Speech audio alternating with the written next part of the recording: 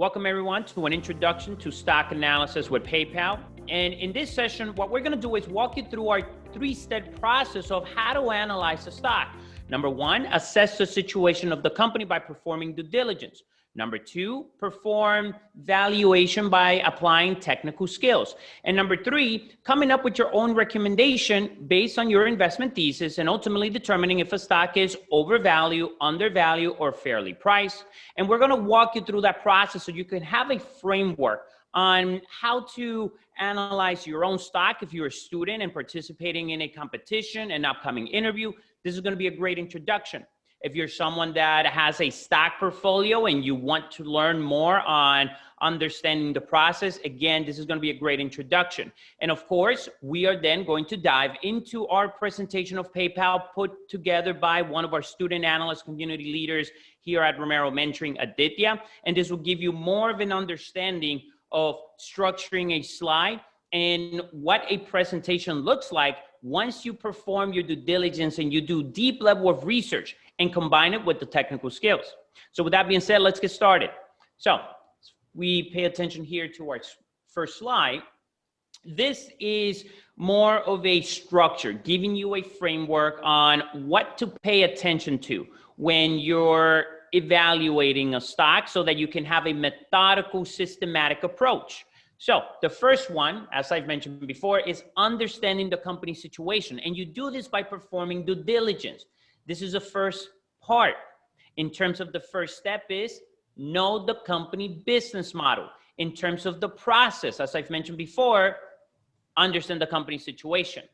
Understand the business description. What is it that they do? What products do they sell? What services do they provide? Number three here, understand the industry competitive landscape, competition.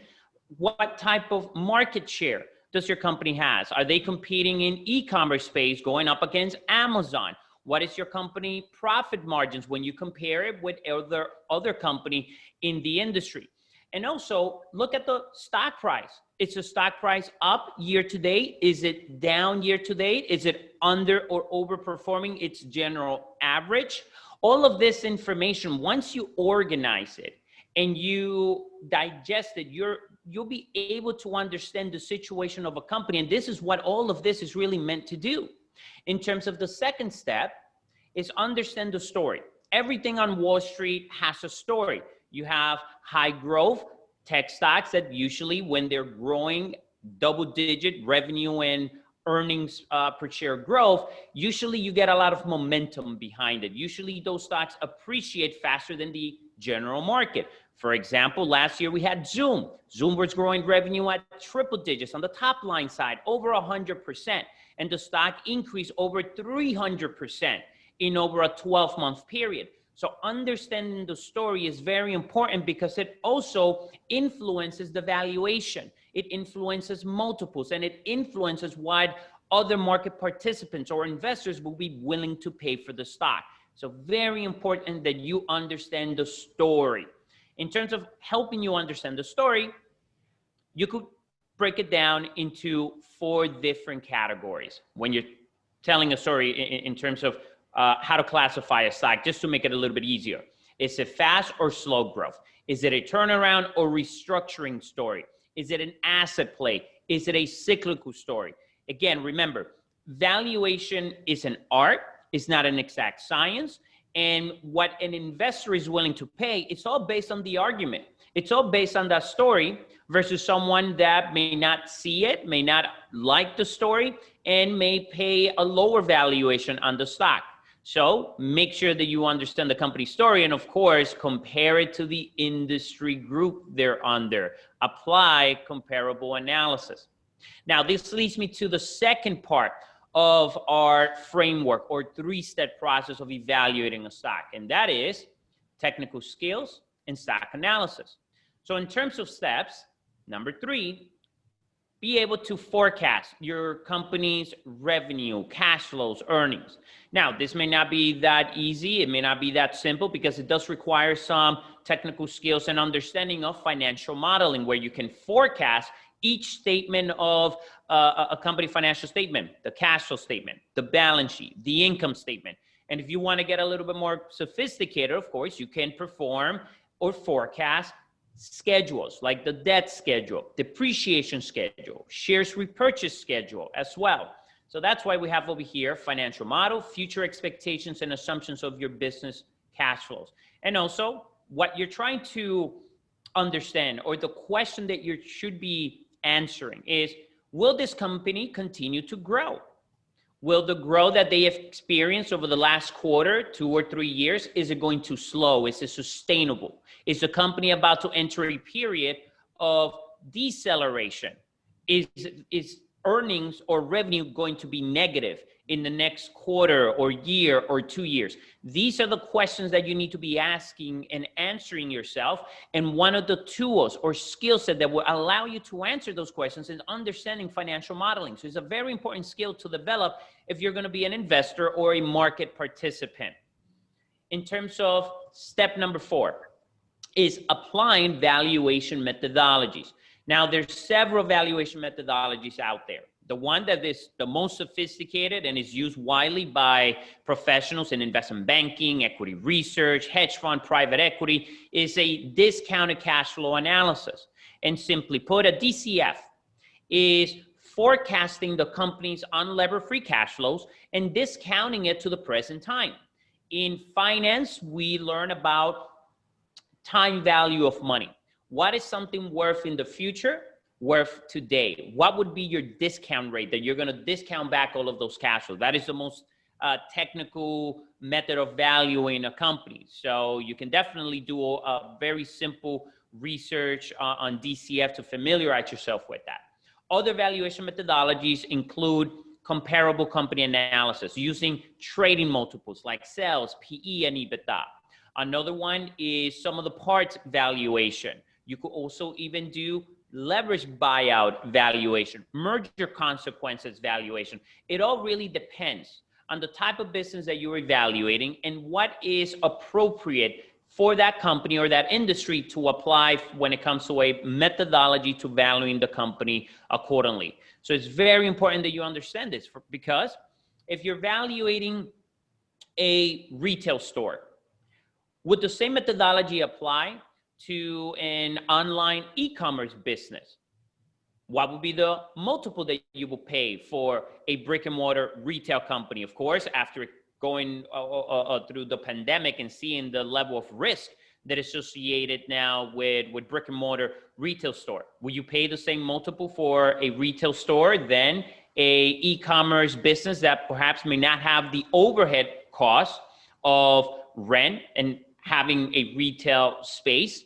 Would the margins be higher for an online e-commerce company? So again, these are the questions that you can ask and answer when it comes to applying the correct valuation methodology to give you more confidence or arrive to a reasonable share price or price target on that business. Very important that you understand these methodologies when you're participating in the market and you're investing. Now, in terms of our final steps, it's formulating an investment thesis. So after you've done your due diligence, after you understand the situation of the business, you understand the story, you also perform a discounted cash flow analysis and you arrive to an intrinsic value and you have your price target. And after organizing all of this information, you arrive to 3 reasons for why you should own the stock and 3 reasons for why you shouldn't own the stock. And you are more in favor into owning the stock because of macroeconomic forces, the sector, the industry, the momentum from consumer behavior is shifting towards that industry. So the fundamental story is strong. So now you have 3 reasons for why you should own the stock. That is part of your investment thesis. And ultimately, what should account or what should involve your investment thesis, or what variable should you be including? Well, obviously your price target. What is your potential return or upside on the company? Why are you recommending the stock? And upcoming catalyst. What is a catalyst? Is information that is not known to the market that you believe once every other market participant knows about it, they're going to start buying the stock. Another way of defining a catalyst is material information that once the company announces in a form of a press release. It's going to give additional information into the overall health or the condition of the business. If it's positive, then that is a good catalyst for new investors to come in, accumulate shares, and ride the next wave to the upside. If it's a bad catalyst, bad press release on the conditions of the business, then that is a catalyst for investors to potentially sell their shares, thus creating a downward pressure momentum in the stock. So it's very important that you understand how to formulate your investment thesis. And the final part of our three-step process is really understanding the risk associated with the company. What can go wrong with your investment analysis? What can go wrong with that business? Of course, we just experienced one, a major one, and that was the coronavirus, the pandemic that put not only the US economy in a standstill, completely shut down, but it also put the world on standstill. It's like the world economy came to a halt. So now that you understand perhaps worst case scenario from a macro environment, what are the risks associated with the company internally? What I mean by that, management ability to execute their plan, their strategy, and grow market share and generate shareholder return. Also, general economy, we talked about that, a pandemic, a natural disaster. Regulation could be part of it. Taxes could be part of it as well. Increased competition. Maybe a competitor has a better product or service. Maybe they have better management team. So instead of you evaluating your own company, if you find that one of the competitors is a better investment opportunity, a better company to own, okay, then go ahead and own the best of breed in that industry and not buy a company that is underperforming, that is riding the entire momentum of that sector. If it's a sector play, like we experienced last year with Zoom, with electric vehicle companies, you wanna go with the best of breed. You wanna buy the best company in that group, not the underperforming one that could perhaps be easily manipulated, like a small cap penny stock. You wanna avoid that game if you're not a professional with over 7 years of experience that really understands what happens in that part of the market. Okay, so I hope this gives you a better understanding and again, a framework of our process on evaluating the stock, understanding it, and it just increases your level of knowledge, understanding to make you a more sophisticated investor. So with the second part of our webinar is going to be to give you an example, and that example is going to be on PayPal. And Aditya, who again is a community leader and student analyst in our program, completed the analyst prep program and was able to put together his investment analysis on PayPal.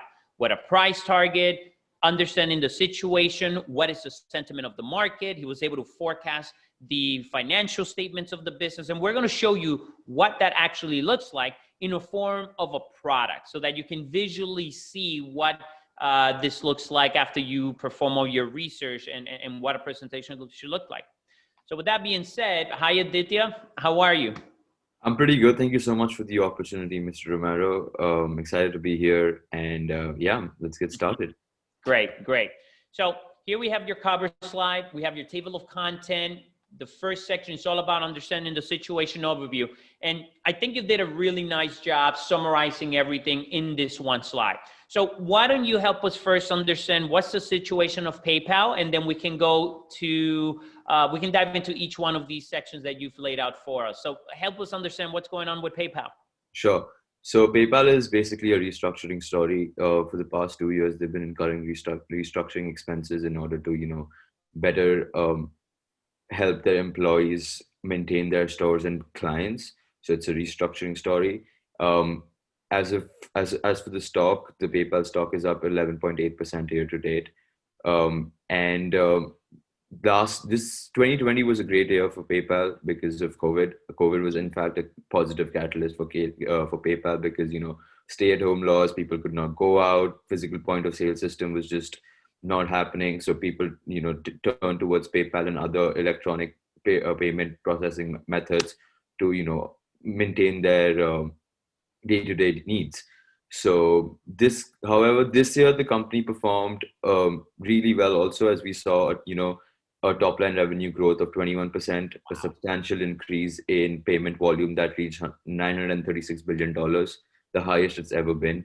And also the management announced that they're going to be launching a lot of new products to improve the customer experience.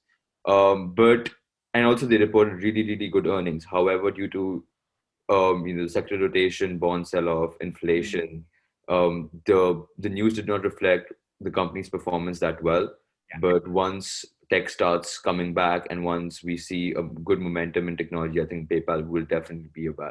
Yeah. Okay, good. And thank you for that introduction. So I see here you have Wall Street analyst sentiment.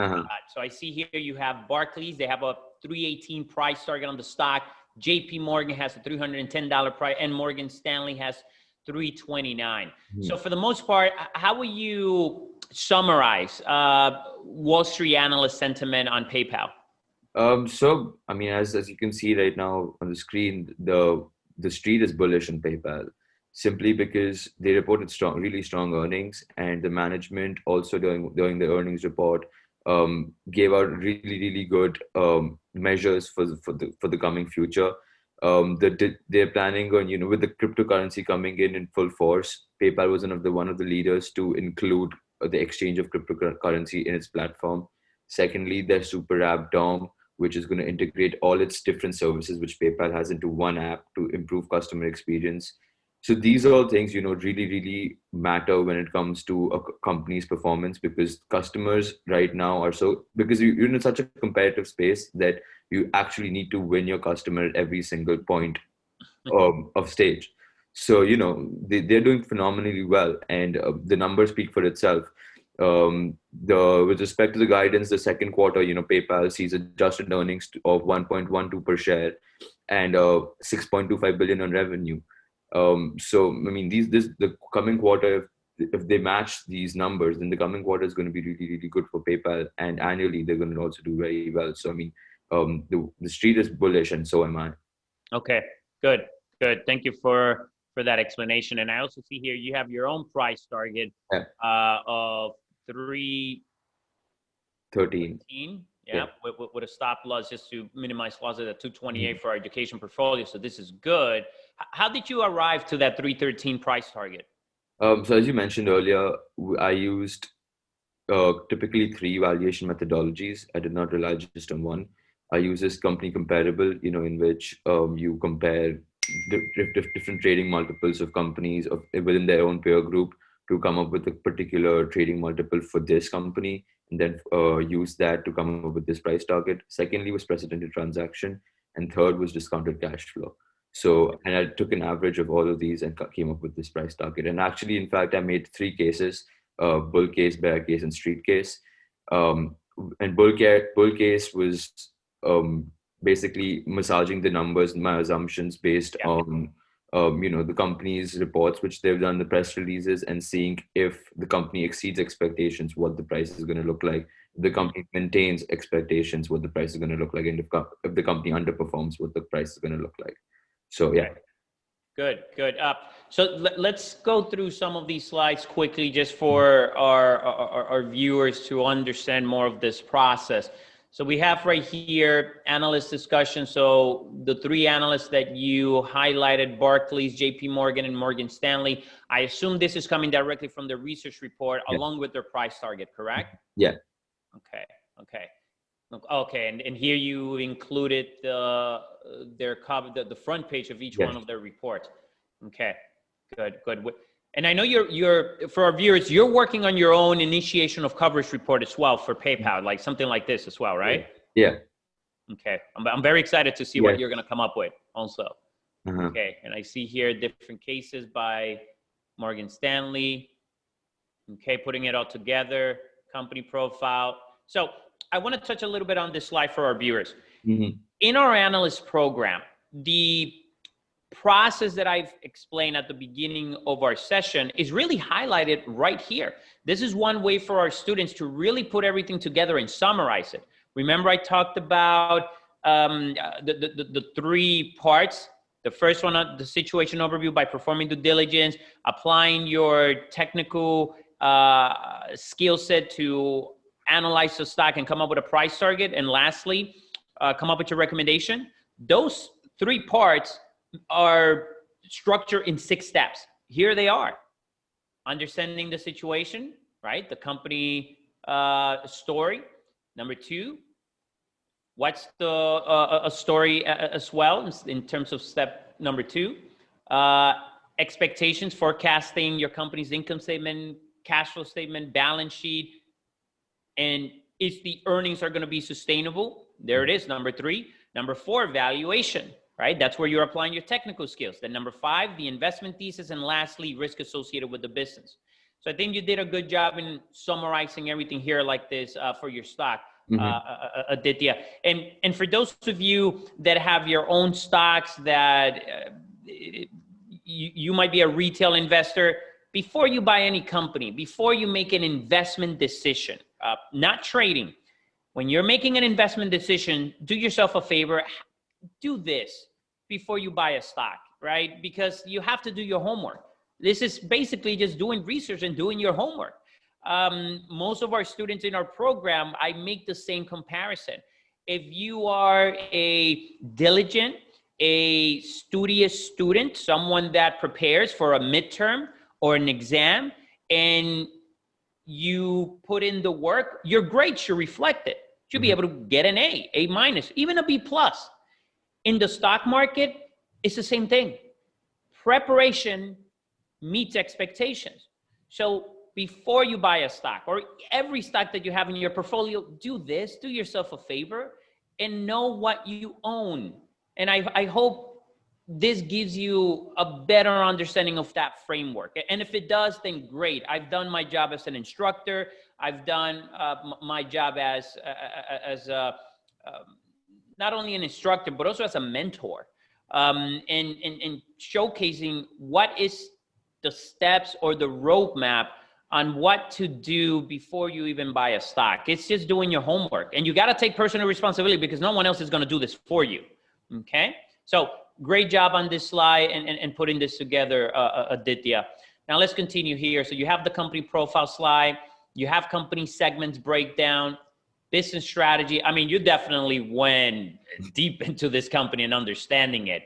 And for everyone else, you're getting to see the level of preparation. And Aditya, what grade are you? Are you a senior? Are you a junior in college? I just completed my junior year, so I am going to be a senior coming semester, next semester. So you're a junior. Okay. Yeah. You're a junior, and you're how old are you as well? I'm 20 right now. You're 20. Yeah. Folks, when I was 20 years old, I was not at this level. I was not able to put this type of analysis together. At your age, Aditya, I had finished my junior year internship at Credit Suisse M&A, and I got a return offer. So I got a full-time offer there, and I understood a little bit about modeling. I understood a little bit about presentation, but I would probably would not be able to put something as in-depth as what you've done over here. I see here now your income statement, you forecasted this, the balance sheet, the cash flow statement, then the valuation, comparable analysis, discounted cash flow, football field. I see the 3 different scenarios that you've modeled in, the street case, bear case, and a bullish case. Okay, good. So to wrap this up, I want to do one thing. I want to pull up the chart of PayPal, and let's pull up here our platform. Let's go to chart, and let's see where they're currently at right now. Let's look at it on a weekly time frame. And the value of being able to look at charts is to determine if we are buying at a top of an asset class. It could be any asset class. It doesn't necessarily have to be stock. It could be real estate. It could be commodities. It could be currency. Now we have cryptocurrency, which I learned from Erin in the presentation that she put together for us. But there's a lot of value in being able to study and understand asset prices. And one of the science behind it is technical analysis.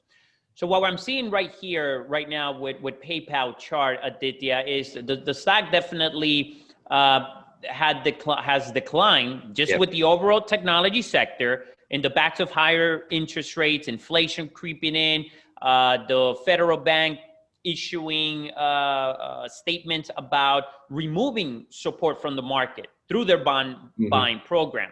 I don't think Jerome Powell might be raising interest rates this year. He had mentioned before that he was not considering raising interest rates, but we'll see. That might change depending on how fast the economy starts to grow again.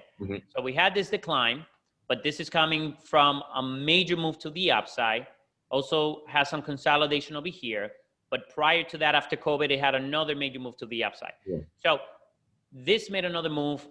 If your price target is in play, if online payment transactions continue to pick up and the economy gets back into full swing, do you see the possibility where this next leg that is starting to build will continue to the upside and perhaps hitting your price target and breaking the all-time high? Yes, 100%. If the momentum is good, if the economy is doing well, and the tide is in our favor, then this could be, because see, this is a proven company. This is a proven business model.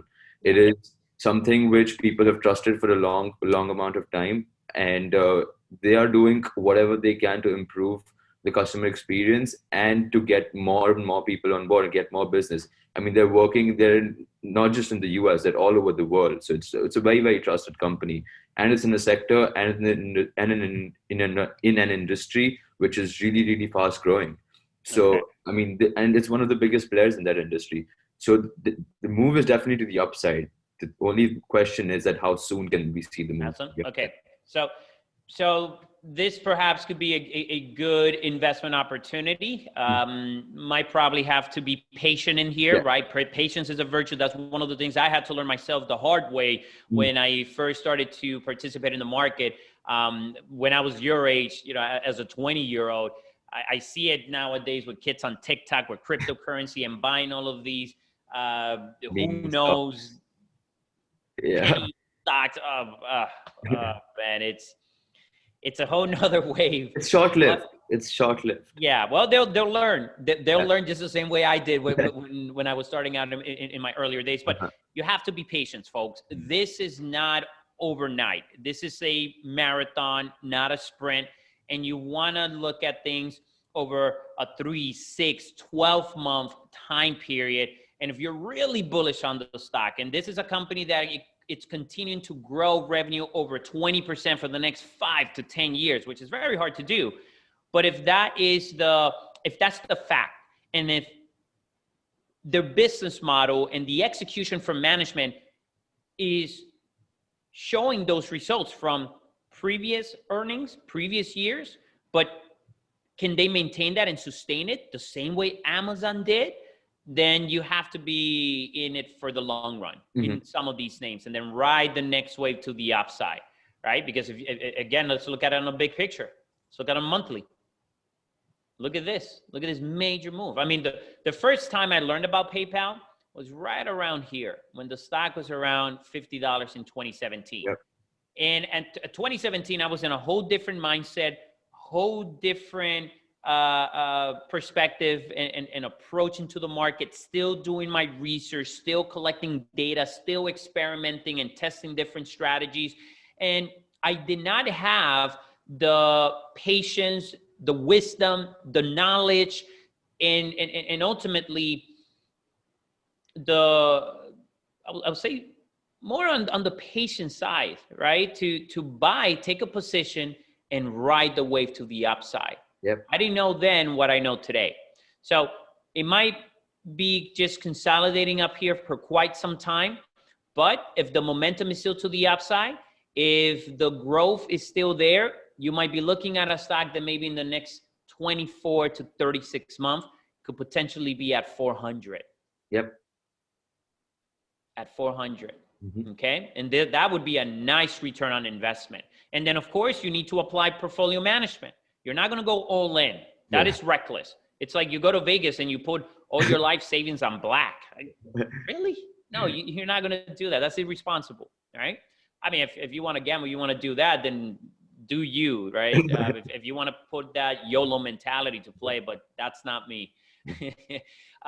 Usually for us, we will probably go in there with maybe a 10%, a 5 to 10% initial position. And if it continues to work, then we start to build our position. We start to pyramid, and we would have a nice 15 to maybe 20% concentration in the position and ride the next wave to the upside. Yep. So those are things that we're doing in our own community. And pretty soon we're going to start our investing club, and we're going to open it up to the rest of the public and start showing our methodology, our process, and a lot of the principles and research as well with the data that I've accumulated over the last decade of studying and understanding all of these things in the market. So I think we're ready. I think we're ready to showcase it to the rest of the public and the retail community on how to do something systematically, professionally, with proven principles that have withstand the test of time, right? Proven investing principles. So with that being said, any final comments before we wrap this up, Aditya? I mean, thank you so much for everyone to view this webinar series. I hope everyone got to experience what we do on a normal basis and got to learn a little bit more about the investing community and the stock market. Also, I just want to say that when I came as a sophomore, I did not know anything about this. I had no idea, and just to see my growth, it's commendable. And I really want to thank you, Mr. Romero, for teaching all of us this incredible, skill set to have, because it requires a lot of attention to detail, a lot of due diligence, a lot of rechecking your work so that it's perfect. I'm just happy to be here and looking forward to learning as much as I can. Great. Well, look, you're welcome. You did all the work. I just laid the foundation of all the things that I've learned over the years. And I'll let you know this, the best is yet to come. Everything else that we've been building quietly behind the scenes over the last 12 months. We're going to share it. We're going to start to share it. And I'm very excited for what the next chapter of Romero Mentoring is going to look like. So again, thank you for trusting us. Thank you for being part of the community and the program. Thank you for putting in the hard work. And now it's time for us to continue to share this knowledge and educate not only students, but the retail community and the rest of the public. So I'll end the session here. For everyone, thank you. I hope you enjoy this. And with that being said, take care, and I'll see you in the next one. Bye.